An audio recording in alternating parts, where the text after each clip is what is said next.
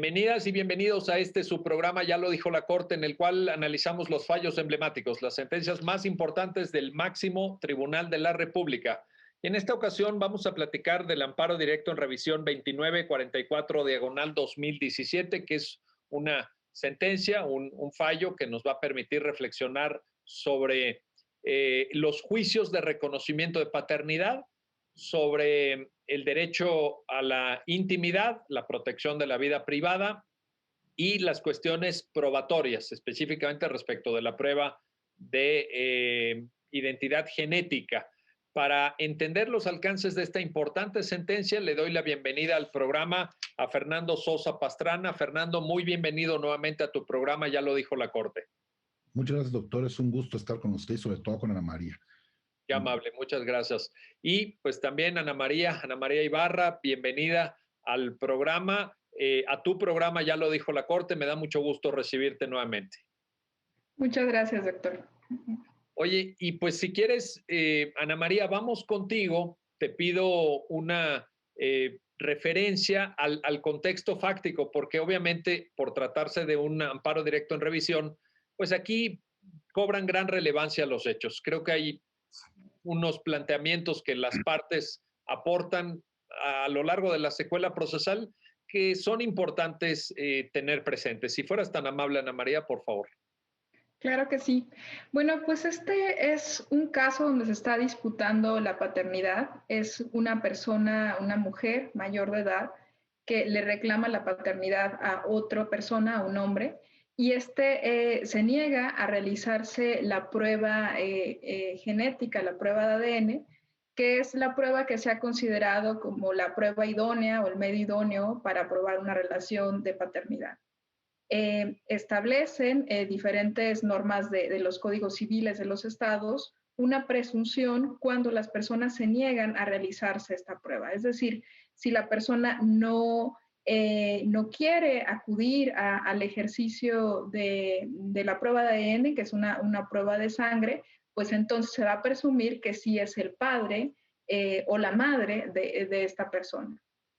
Entonces este señor no quiere realizarse la prueba de ADN y se actualiza la presunción de paternidad.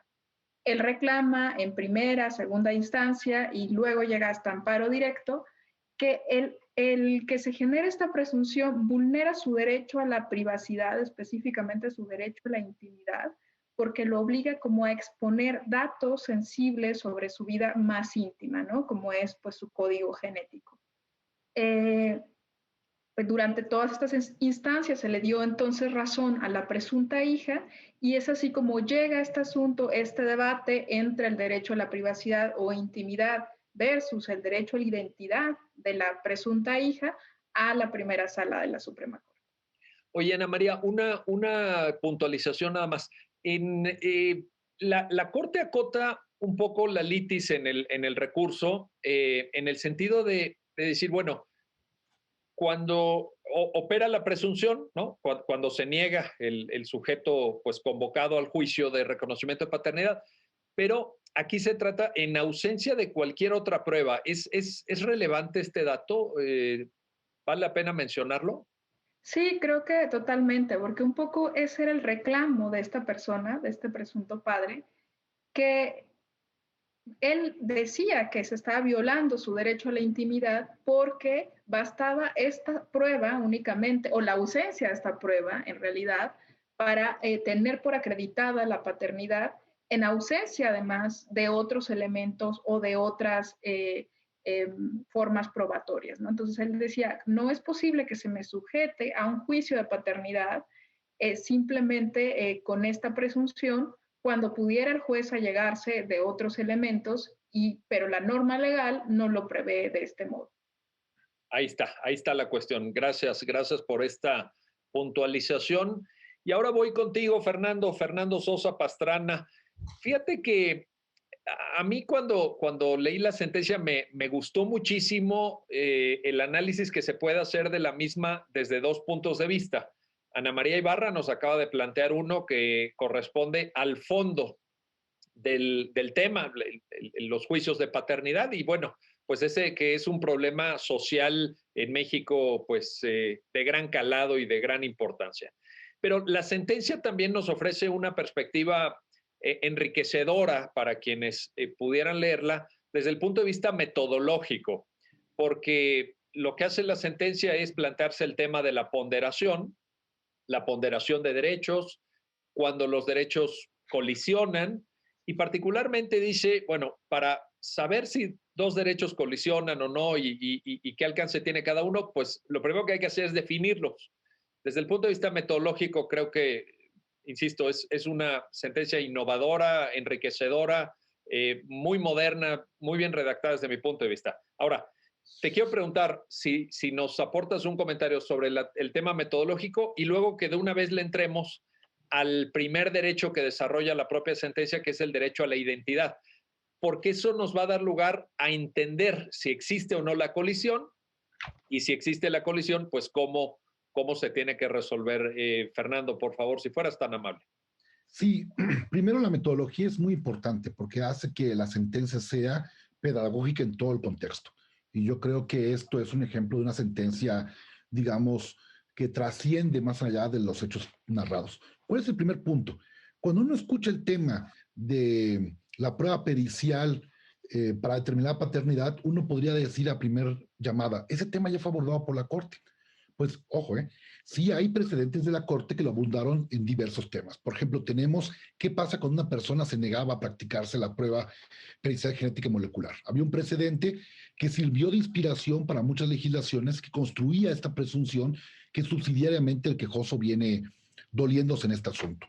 Dos, ¿en qué punto esta prueba pericial es una medida que tutela o no el derecho a la identidad de los menores como una prueba, digamos, de gran calado? También teníamos el papel que ha tenido esta prueba para conocer el origen, digamos, el origen biológico y como consecuencia de eso la identidad de los menores. Pero una cosa muy interesante es que lo que dice, y ese fue el motivo por el cual la Corte asume competencia, es que nunca habíamos visto cuál era el papel que tenía esta prueba, la admisión y la orden de esta prueba, porque es el momento que nos encontramos, como visto a la luz de esta contradicción de un derecho que es a la privacidad o en concreto a la intimidad de la intimidad genética o molecular del quejoso. Y el primer punto de esta sentencia es que dice, a ver, debemos entender que ningún derecho es absoluto. Entonces, como ningún derecho es absoluto, debemos entonces entender con mayor precisión que estas visiones bis no pueden verse en términos de abstracción, de qué derecho predomina sobre otro derecho, qué derecho es más fuerte que otro derecho, un poco tratando de eludir términos muy técnicos, sino primero hay que conocer el contenido fáctico, el contenido teórico de estos derechos, que estamos encontrando a una colisión posible, y sobre el contenido de esto empezar a analizar, como se verá como será después, el nivel de eficacia. Y esto es muy importante, porque los derechos humanos, cualquier derecho, está partido de un nivel de eficacia. Entonces, cuando tú tienes este tipo de ponderaciones en abstractos, que la sentencia evidentemente no está construida en ese sentido, sino que le da la dimensión exacta a cada derecho. Entonces, no parte de una simple contradicción bis en abstracción de qué entendemos por el derecho a la privacidad en su vertiente de la intimidad molecular o la intimidad genética, por así decirlo, contra el derecho a la identidad, sino dice, hay que darle contenido a esto. Esto ayuda mucho, porque las personas comprenden con integridad cómo es la construcción de cada uno de los derechos fundamentales, cuáles son sus aristas, y empezamos a ver cuál es el papel que juega en eficacia. Este nivel de eficacia, que después veremos, es extremadamente fundamental. Y entonces, lo primero que debemos analizar es, como dice la sentencia, el contenido prima facie de los derechos en cuestión. Y el primero que parte es el derecho a la identidad, que es un derecho que la Corte ha tenido la oportunidad de construir una doctrina que yo creo que tiene paradigma internacional. Y te dice, tenemos, digamos, el derecho a la identidad visto primero en dos segmentos. Primero, el derecho a la identidad que está vinculado con un menor de edad, una niña, un niño o un adolescente. Ellos tienen, digamos, un estatus de conocer su identidad, y se va desarrollando básicamente anclado en el artículo 4 constitucional. Y entonces podemos decir que este derecho a la intimidad vinculado con los menores tiene un primer soporte constitucional. Por el otro lado tenemos un derecho a la identidad también salvaguardado constitucionalmente, pero entendido desde un punto de vista, el derecho a la dignidad. Es decir, el derecho a la identidad está construido en los adultos como parte del derecho a la identidad que está consagrado en el artículo 1 constitucional. Entonces, hace un primer apartado. No debamos confundir cómo se construye el derecho a la identidad para menores o para niños, niñas, adolescentes, como para adultos. Lo segmenta con digamos, sus propios matices especiales de protección constitucional.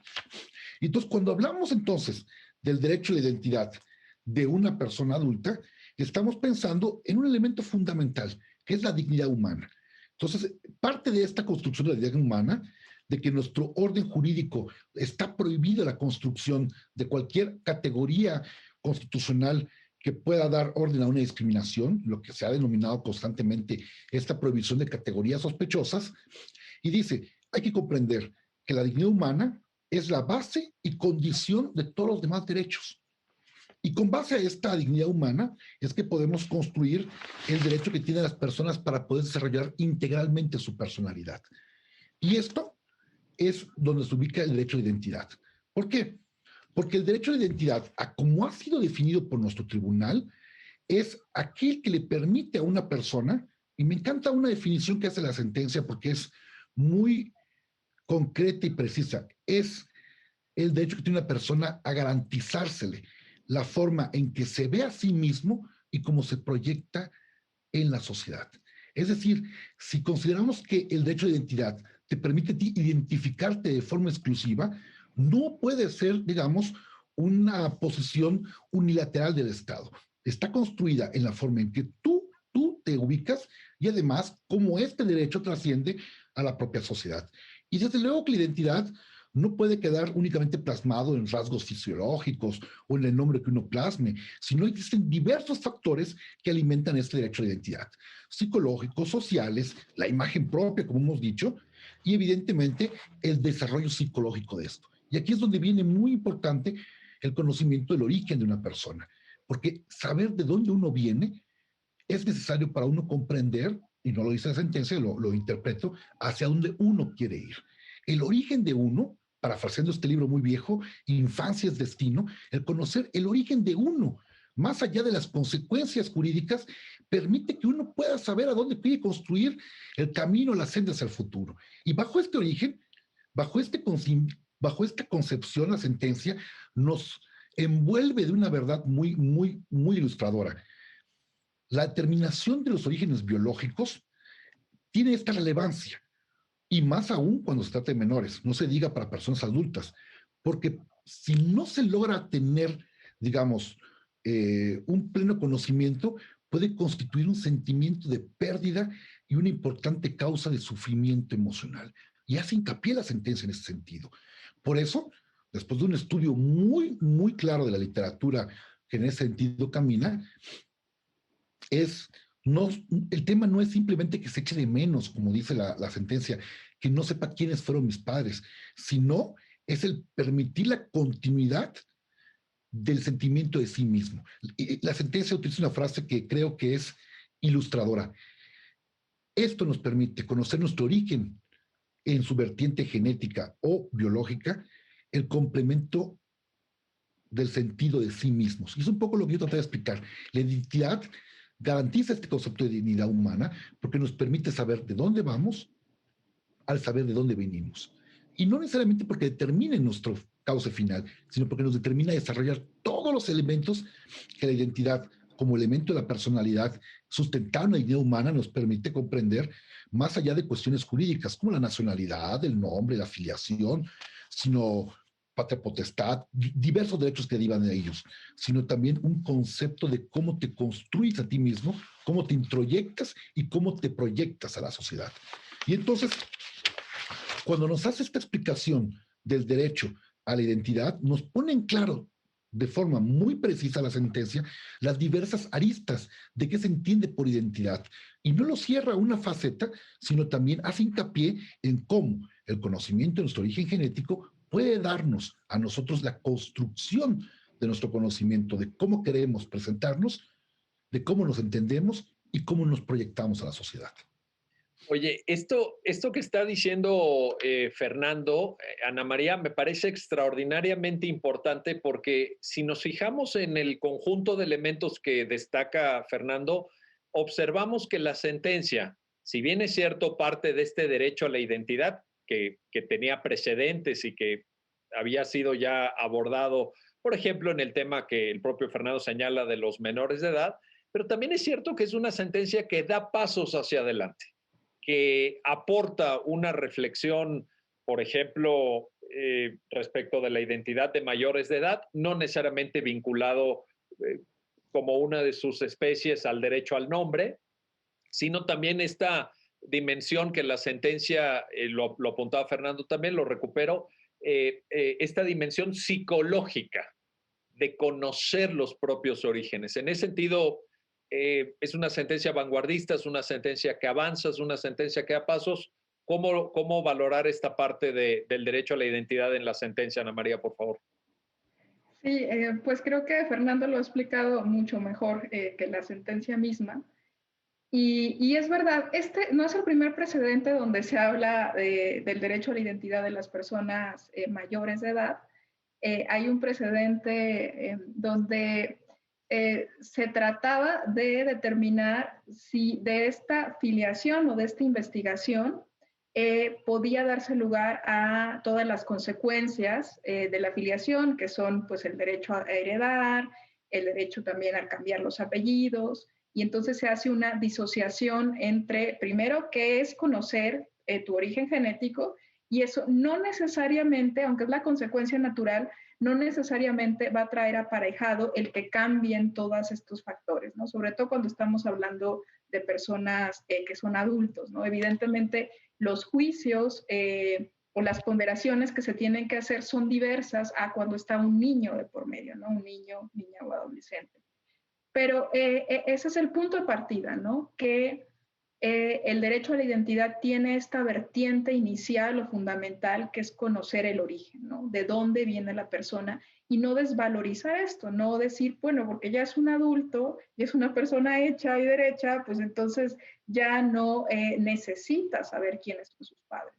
En la sentencia se reivindica pues esta necesidad y toda la importancia que puede tener este conocimiento del origen en proyectarse la persona como es, como se concibe y cómo entonces a partir de eso se proyecta hacia los demás. Esto es como una parte muy importante de la identidad, no solo por esta consideración psicológica que ya ha explicado Fernando, sino también porque tiene una faceta, digamos, médica también, ¿no?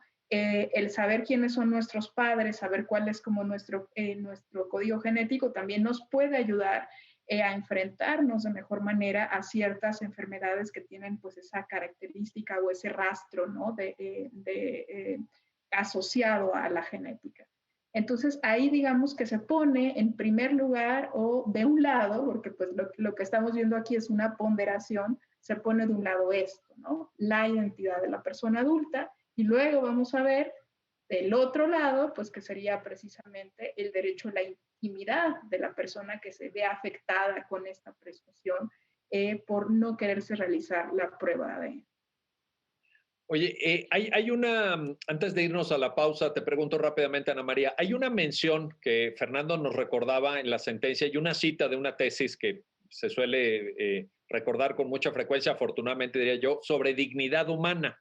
Y me parece importante destacarlo porque también de alguna forma la identidad tiene un carácter instrumental, independientemente de lo sustantivo, de lo material, tiene un carácter instrumental para esto que Fernando decía, en cuanto a que tú uses el conocimiento de tus orígenes como palanca para desarrollar tu propio plan de vida, para proyectar hacia dónde quieres ir o qué quieres hacer con tu existencia.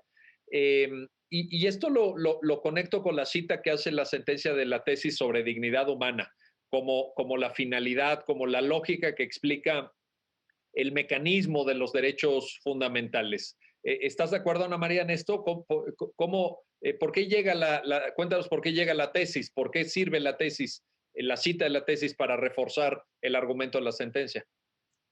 Sí, totalmente. Bueno, es muy difícil explicar qué es la dignidad humana, si es un principio o un derecho, pero en última instancia, al menos en el desarrollo jurisprudencial de la Corte, pues sí ha servido, como bien lo dices, como punto de partida en el que se anclan otros derechos, ¿no? Como evidentemente el derecho a la igualdad y no discriminación, pero también, tú ya lo has explicado de forma fantástica, pues el derecho a la identidad, esto de que para poder tener un fin propio y no ser un instrumento para los demás, pues primero hay que ver quiénes somos, ¿no? Y reconocernos como somos. Y eso pues tiene que ver evidentemente con el derecho a conocer nuestros orígenes genéticos. Muy bien, pues ahí está. Vamos a hacer una pausa, no se vayan, regresamos enseguida para continuar en la conversación con nuestros invitados alrededor de esta sentencia, el amparo directo en revisión 2944 diagonal 2017 y la enorme implicación que tiene sobre el derecho a la identidad, el derecho a la vida privada, el derecho a la intimidad y las cuestiones probatorias que permiten acreditar una paternidad. Regresamos enseguida, no se vayan.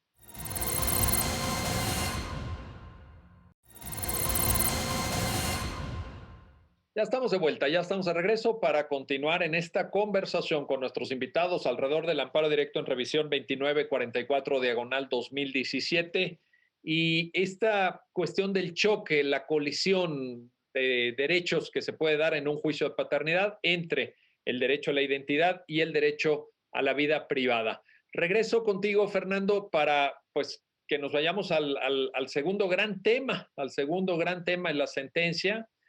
En primer lugar, te pregunto por una cuestión que quizá alguien podría pensar que es una cuestión menor de carácter terminológico. ¿Cuál es la denominación adecuada? ¿Derecho a la intimidad? ¿Derecho a la vida privada? ¿Derecho a la privacidad? Por ahí también aparece una mención que creo que tiene mucho sentido y vale la pena al artículo 16, párrafo segundo de nuestra Carta Magna sobre protección de datos personales.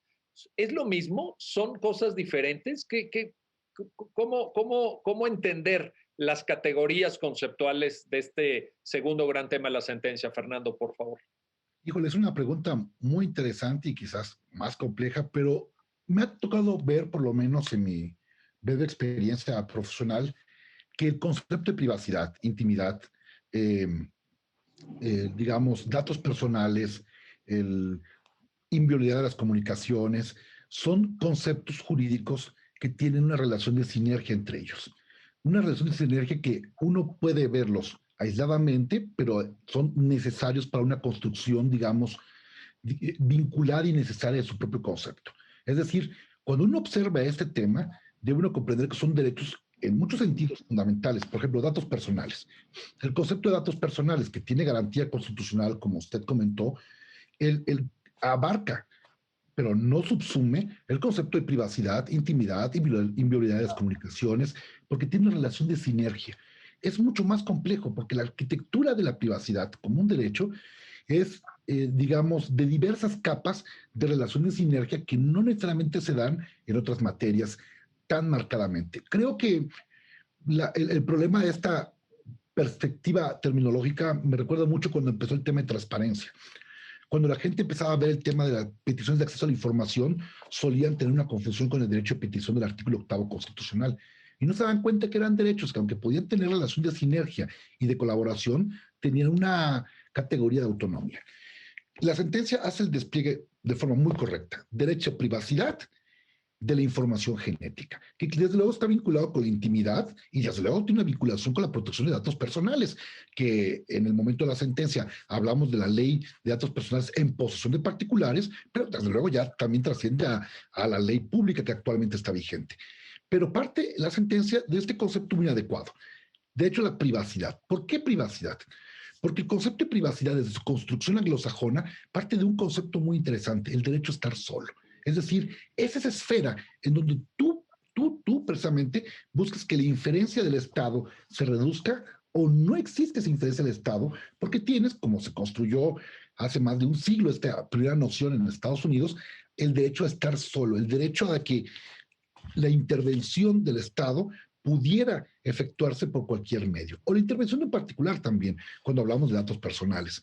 Entonces, yo creo que estas definiciones hay que entenderlas como parte de la propia sentencia, parte de la privacidad, de la información genética, que puede tener una afectación al derecho a la intimidad, es decir, lo que me construye a mí en mi personalidad jurídica, y desde luego me afecta mi derecho humano a la autodeterminación informativa, que se encuentra anclada en los derechos de datos personales. Es decir, aquí podemos ver esta sinergia. Claro, lo que pasa es que a veces, y la sentencia hace esta primera exposición, el derecho a la privacidad se había construido en un solo frente, o la mayoría de construcciones provenían de un solo frente, la libertad de expresión. ¿Hasta qué parte, dentro de este contexto de libertad de expresión, yo puedo ser sujeto de críticas o no críticas? Y ha habido mucha explicación de los niveles de, digamos, de expectativa razonable de tu privacidad en libertad de expresión.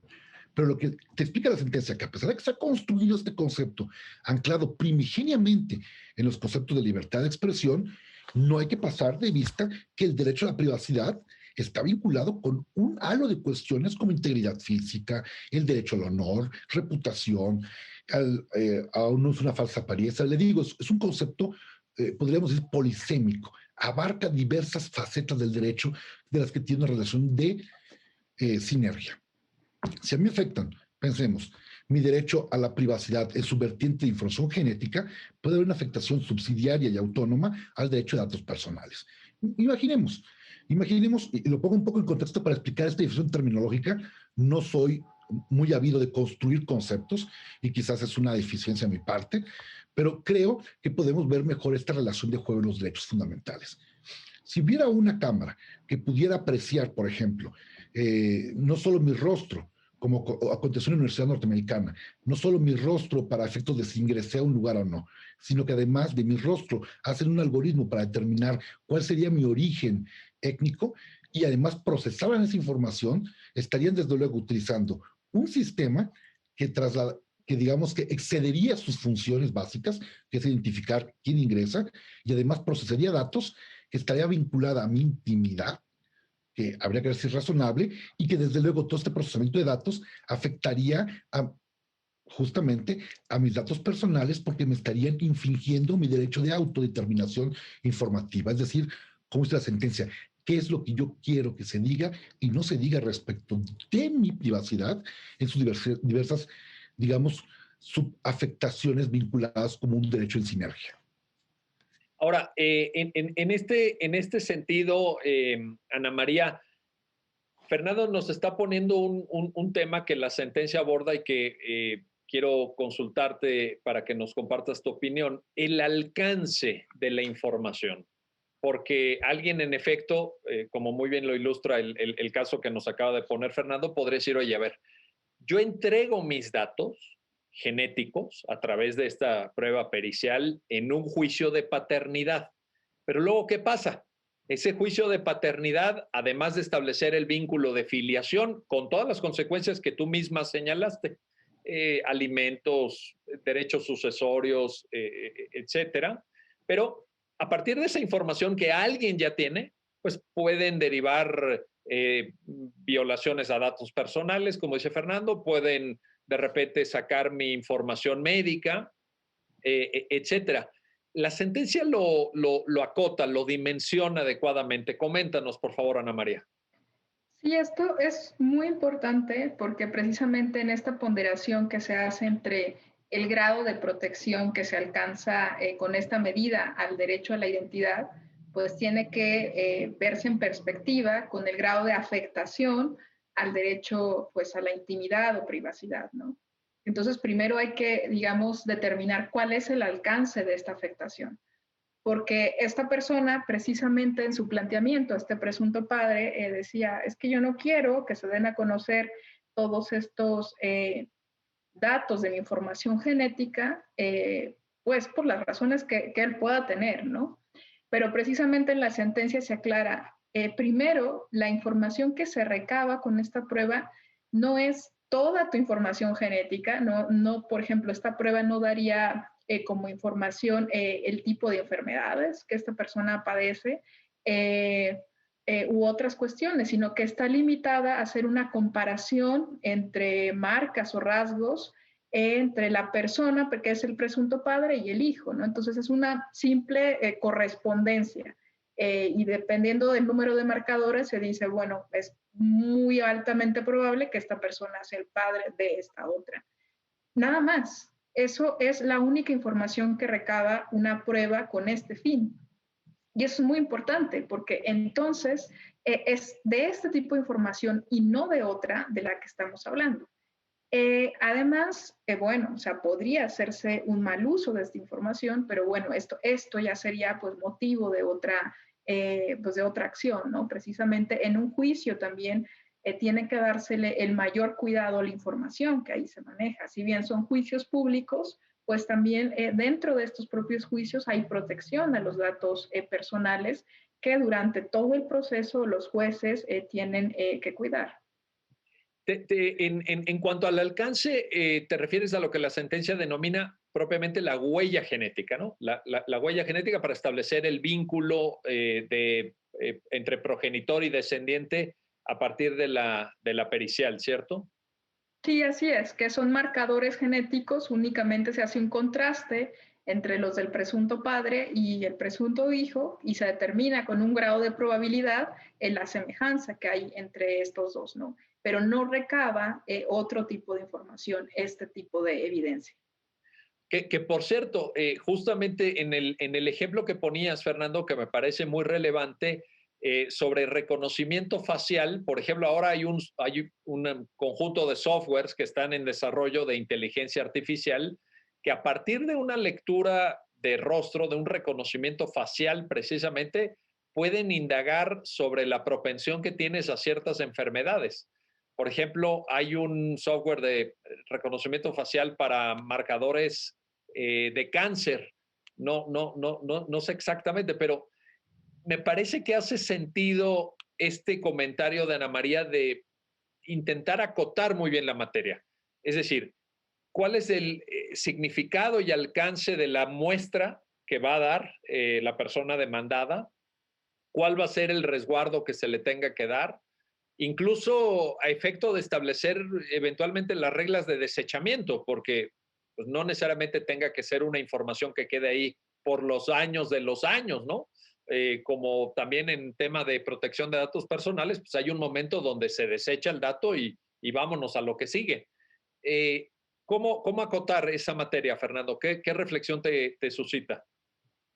Yo siempre he pensado que esta sentencia es una sentencia paradigmática, te permite ver a futuro y nos permite seguir comprendiendo cosas que a la fecha la gente no alcanzaba a asimilar. Mire, lo que decía Ana María es muy, muy claridoso.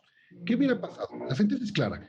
Ese tipo de pruebas solo se hacen para detectar la huella genética, ¿no? Entonces, un poco el miedo que existiera una intromisión excesiva por parte del juzgador, pues debería estar pensado que esa prueba solo puede pedirse para esa circunstancia. Ahora, si lo queremos ver en términos de esta sinergia en la materia que yo estaba apuntando, eso se llama, en los principios, por lo menos, que tienen compenetración internacional y que se han bajado tanto la Ley Federal de Datos Personales en posesión de particulares como la Ley General de Datos Personales en posesión de sujetos obligados, como podría ser un juez o puede ser el laboratorio. Aquí hay una sinergia, ¿no?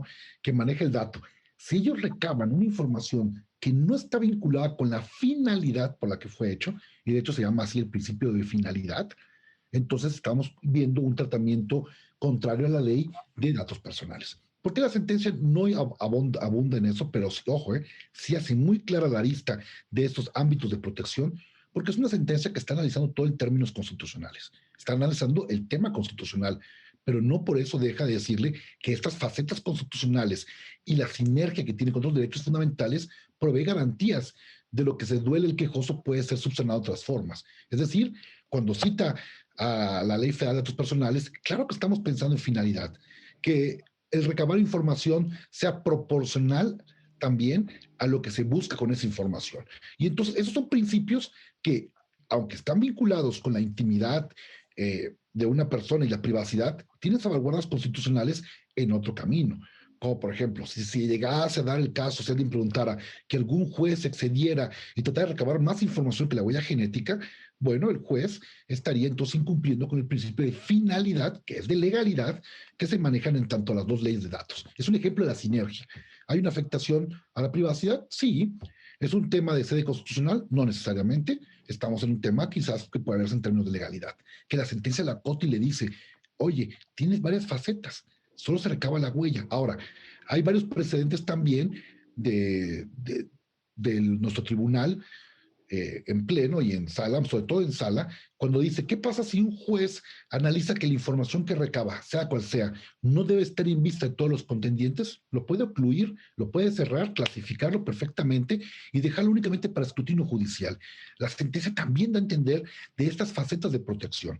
Entonces, claro, cuando digo que esa sentencia ve a futuro, es que te pone en su exacto contexto que el derecho a la privacidad en su vertiente de información genética tiene un sinfín de facetas de derechos que están correlacionados y que puede evitar, digamos, y lo vamos a ver con más calma, una, digamos, una exposición, en este caso, que pudiera considerarse más perjudicial que beneficiosa como precedente.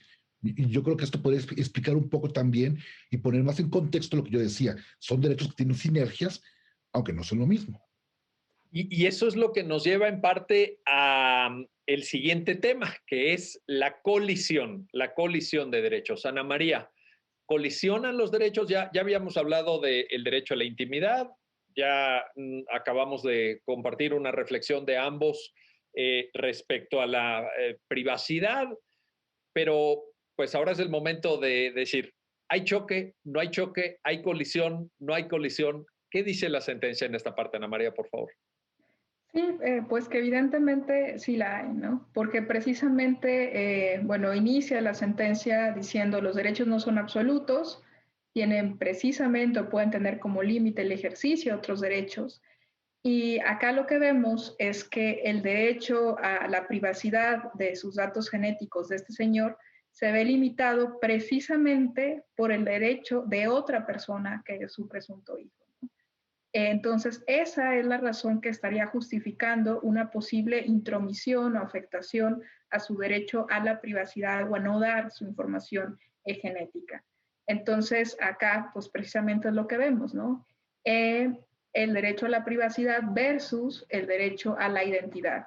Entonces, lo que toca ahora decidir es, bueno, ¿cuál vale más? ¿No? Eso es lo que pues los tribunales constitucionales o los jueces en muchas ocasiones, en otras instancias, pues es lo que tienen que resolver en el caso en concreto, no en abstracto, dadas las circunstancias y todo lo que se está planteando, cuál de estos dos derechos debe prevalecer, ¿no? Entonces, la Corte lo que dice como una fórmula, digamos, genérica, metodológica que podríamos utilizar a otros casos es, pues, una intromisión va a estar justificada siempre y cuando el beneficio que se logre con esa intromisión sea mayor, ¿no? Para ponerlo así como muy, muy en simple, digamos, sería el juicio que tendría que hacerse, ¿no? La balanza entre un derecho y otro, ¿cuál pesa más entre estos dos? Ahí está establecido el conflicto y justamente ahora lo que corresponde una vez que volvamos de la pausa que vamos a hacer inmediatamente es dilucidar, pues ya establecido el conflicto, pues cómo se tiene que resolver o en otras palabras, para dónde se inclina la balanza, ¿no? ¿Cuál va a tener mayor peso? Antes de irnos a la pausa, nada más le pregunto a mis queridísimos y admirados colegas profesores, que lo son ambos, los dos, Ana María y Fernando, son grandísimos académicos, además de funcionarios judiciales, y lo hago a modo de divertimento, si me permiten, o incluso de provocación. ¿No hay derechos absolutos? A ver, nada más antes de irnos a la pausa. ¿Hay derechos absolutos o no hay derechos absolutos? ¿O todo está sujeto a ponderación? A ver, ¿quién quiere darnos una pista rápidamente? María. A ver, Ana María. Bueno, pues está el clásico ejemplo de la prohibición de la tortura, ¿no? Digamos, una faceta del derecho a la integridad personal que no admite, pues, modulación alguna, ¿no? Yo pensaría en este derecho, el derecho a la vida, pues también en los países donde se prohíbe la pena capital, pues también es un derecho que en ninguna circunstancia puede ceder, pero bueno, o sea, habría que ver también los casos, pues, eutanasia, muerte asistida, ¿no? Entonces, es complicado, pero en principio podemos decir, para definir algo no por sus excepciones, podríamos decir que los derechos no son absolutos. Los derechos no son absolutos. Fernando, ¿depende del tipo de derecho, depende de la forma en la que estén redactados o cómo construimos estas excepciones? Me gusta mucho cómo lo plantea Ana María. Dice, bueno, finalmente son excepciones. No hagamos de esto digamos, como una regla general, ni mucho menos, pero en esas excepciones, ¿se construyen por tipo de derecho o por la redacción de la norma? Yo creo que, como dice Ana María, es los tipos de derechos y la finalidad buscada. Pero creo que lo que dice ella es algo que yo comparto siempre. Las excepciones confirman la regla general. Entonces, si partimos de la idea que la regla general es que no hay derechos absolutos, las excepciones, en esta lógica de una vieja argumentación jurídica, serían lo que confirmaría la regla general. No hay derechos absolutos. No hay derechos absolutos. Bueno, ahí está. Vamos a la pausa y continuamos enseguida en un ratito. No se vayan para seguir conversando sobre este amparo directo en revisión 2944 diagonal 2017. Regresamos enseguida.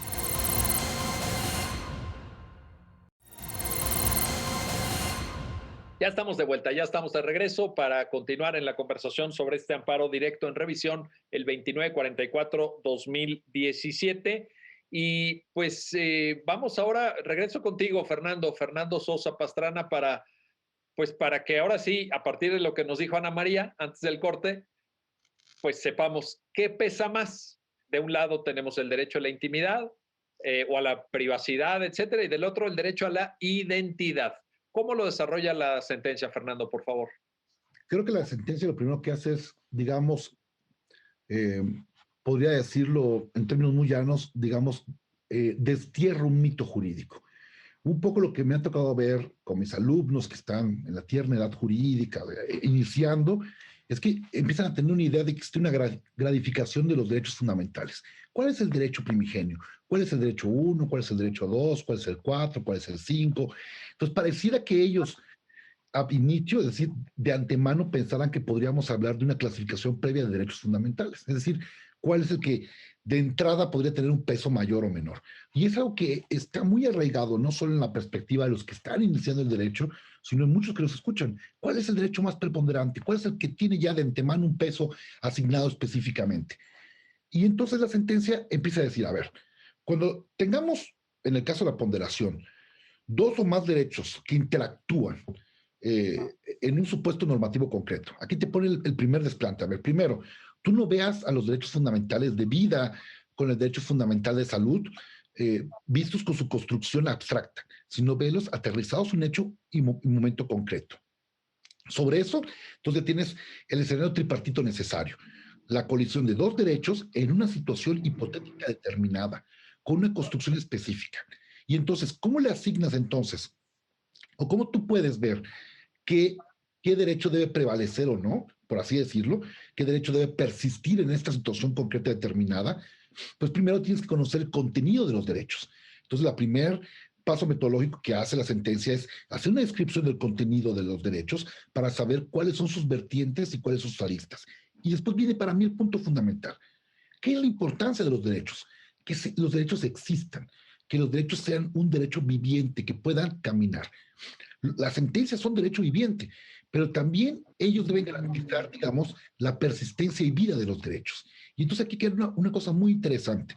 Te dice, la única forma para ver esto sin caer en la abstracción, es decir, sin darle una mayor importancia siempre y en todo momento a uno de estos derechos, como a veces suele caerse en esa tentación primigenia, es sino hacer un examen de la eficacia de los derechos. Es decir, ¿cuál tendría un mayor grado de eficacia a alcanzarse en contraposición al otro? Y esta metodología para mí destierra lo que puede ser una metodología constante, por lo menos en nuestra cultura jurídica, pensando que los derechos tienen un lugar asignado, pensando que los derechos tienen una gradificación previa desde la construcción constitucional, que los derechos entonces hay un derecho de primer orden, segundo orden, o un derecho desplazados en abstracción. No, los derechos operan en un constructo práctico, en un constructo normativo, y esto es lo que hace la sentencia. Pone esta metodología, que además es muy clara, muy precisa, y que además en lo personal, a mí me ha servido para poder explicar cómo comprendemos este concepto de ¿Qué ponderas exactamente? Pues ponderas eso, el mayor, o ponderas mediante un grado de eficacia, qué derecho puede tener una mayor o menor eficacia y puede tener, digamos, una restricción válida atendiendo a este concepto de eficacia. Y yo creo que esto es una metodología que nos permite ilustrar desde un tribunal constitucional qué es lo que se busca de los derechos, la eficacia de estos mismos, la eficacia y que compenetren. Esto es algo que, digamos, que transborda el concepto tradicional que muchos traen de derecho. Sin Y duda. les pone en hincapié un análisis mucho más profundo y mucho más concreto. En una situación y en un momento hipotético, podemos encontrar dos perspectivas totalmente distintas. Es más, me ha tocado ver tribunales constitucionales que como resuelven un tema atendiendo a la ponderación de dos posibles derechos, varían de tribunal a constitucional. Y pongo un ejemplo alejado de esto para no hacer apología. Pensemos en el caso Yoder de la Corte Suprema cuando analiza la libertad religiosa y el derecho al interés del menor. Es un caso. Podemos pensar lo que haría México, tendríamos otro caso. O lo que reseña Saribleski en el derecho dúctil del famoso excursus del caso Serena. Plantea el derecho de unos menores adoptados, pero empleando, digamos, prácticas ilegales. Podríamos ver lo que pasa cuando nosotros analizamos en México esto. Vemos que no hay una respuesta uniforme, porque varía justo, no solo en la colisión de los dos derechos que identifiquemos, sino en el caso concreto que haría ver en cuál habría que garantizar una mayor eficacia. Y por eso creo que el punto clave de esta sentencia, que para mí sigue siendo toral para todo, es analizar o hacer este examen de grado de eficacia. Oye, que por cierto, aquí un paréntesis, aquel famoso caso Serena, sobre el cual se escribieron libros y hay notas de prensa y todo, muchos lo conocimos a raíz del libro El Derecho Dúctil de Gustavo Zagrebelsky, pero en México hubo un cuasi caso Serena, con la adopción de algunos menores de edad en el DIF de Jalisco que luego se los llevan a Italia. Bueno, ahí está la cuestión. Voy contigo ahora, Ana María. Qué buena mención, la del caso Serena. Es un caso emblemático y además sirve mucho para dar clase y los alumnos se apasionan con el caso Serena y en fin, hay buenos debates. Regreso contigo, Ana María, para esto. Establecida esta metodología, me parece que Fernando nos acaba de poner magistralmente la llave para entrar ya al fondo, porque Fernando nos acaba de plantear justamente una de las grandes riquezas de la sentencia. La metodología. ¿La metodología de qué? Pues de la ponderación. Ya en el fondo, una vez que accionamos la llave que Fernando nos acaba de dibujar, abrimos la puerta, ya en el fondo, ¿qué hay? Derecho a la intimidad, derecho a la privacidad. ¿Qué gana? ¿Qué pesa más? ¿Cómo plantearlo, Ana María, por favor? Sí, nada más como en paréntesis también decir pues que a lo mejor esta metodología que parece como novedosa, pues en realidad es la metodología recurrida, ¿no? Por la mayoría de los tribunales constitucionales y pues que a lo mejor no ha permeado lo suficiente en nuestra cultura jurídica, pero es, digamos, casi materia pacífica, al menos en otras latitudes, ¿no? Y bueno, ya en el caso, ¿qué se resuelve? ¿Quién gana, no? Si el derecho a la privacidad de este señor o el derecho a la identidad de su hija. Yo creo que es muy importante primero evaluar el peso, ¿no? De cada cosa, ¿no? Por un lado, derecho a la privacidad. Bueno, ya dijimos que sí se le está solicitando información íntima, su información genética, pero es nada más eso, nada más para terminar, eso no tu hija, ningún otro tipo de información. Entonces, aunque sí hay una afectación, porque sí se está otorgando este tipo de información, no es una información, no es una afectación mayúscula, no se le está pidiendo, bueno, dime qué hiciste ayer, quién te gusta, cosas como mucho más particulares, ¿no? Entonces se dice, por un lado, el derecho a la privacidad parece no afectarse de manera tan gravosa. Por otro lado, tenemos pues este derecho a la identidad conectado con el derecho a saber el origen biológico y todas las implicaciones que tiene esto para la formación de la propia personalidad que ya hemos platicado, el derecho, la importancia de saber de dónde viene uno para después saber a dónde uno va, parece ser pues de una entidad mucho mayor, ¿no? Parece ser que a esta persona el saber que esta otra persona es su papá o no, puede tener implicancias fundamentales para su desarrollo psicológico, para su desarrollo médico y, por supuesto, para consecuencias legales que trae aparejada la filiación. Entonces, digamos, dicho así, pues ya es un poco más fácil resolver, ¿no? ¿Qué pesa más o qué pesó más en este caso? Y parece, o bueno, la sentencia concluye que lo que pesa más es el derecho de la persona a saber de dónde viene. Y por esta razón se permite la validez de esta presunción si la persona no quiere realizarse la prueba genética. Correcto. Oye, y en ese sentido, Fernando, ¿qué alcance debe dársele a la luz de la propia sentencia a esta presunción que Ana María con toda claridad apunta? ¿Es una presunción derrotable? Y lo digo por esto, porque si bien es cierto, tú mismo ya señalaste que debe haber siempre, particularmente en los ADRs, una diferencia clara entre legalidad y constitucionalidad, y los temas probatorios, digamos, como regla general, se dejan al ámbito de la legalidad, aunque hay evidentemente también sentencias de la Suprema Corte que entran a asuntos de razonamiento probatorio, pero quizás las personas que estén viendo el programa dicen, oye, pues yo no quiero hacerme la prueba pericial en materia genética en un juicio de paternidad, pero puedo aportar X, Y y Z pruebas, ¿no? ¿Se vale? ¿Es una presunción derrotable? ¿Cómo articular esta parte de la sentencia también, Fernando? Como dice la sentencia muy claramente, estamos en presencia de una presunción juris tantum, es decir, que acepta prueba en contrario. De hecho, no existe ningún sistema de pruebas únicas. Y lo que te dice es eso, o sea, si tú crees que esta prueba o esta presunción quieres derrotarla, tienes que ofrecer pruebas. Ahora, hay una cosa paradójica.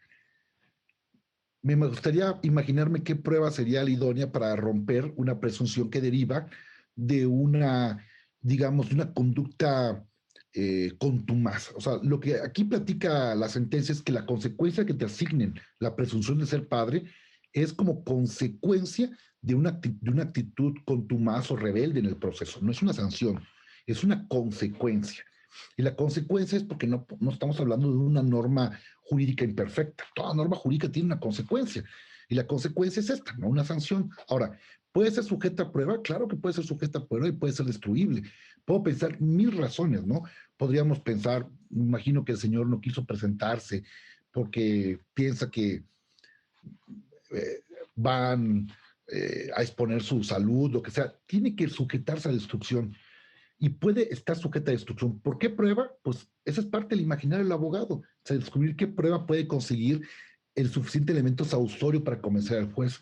Y un poco, esto me recuerda una pregunta que podría ser interesante que yo pueda hacer. Cuando nos preguntaba si había derechos absolutos o no, yo sí me he preguntado, cuando estudiamos presunciones en las carreras, nos dicen que hay dos tipos de presunciones, juris tantum y jure de jure, es decir, aquellas que no aceptan prueba en contrario. Nuestro derecho evolucionado, aquí, por lo menos yo no recuerdo ningún ejemplo de una presunción que no acepte prueba en contrario. Entonces, o si hay uno, podría usted comentarme y me salgo de mi ignorancia. Oye, así a bote pronto, te tomo el guante, pero para el siguiente programa, al fin que Bueno. tengo el gusto de contar con su presencia de manera recurrente, tanto la de Ana María como la tuya, Fernando. Y por cierto que ha habido una gran reflexión doctrinal y jurisprudencial sobre presunciones, porque a veces, en efecto, que me parece muy atinado tu señalamiento, se nos explican un tanto de manera simplificada.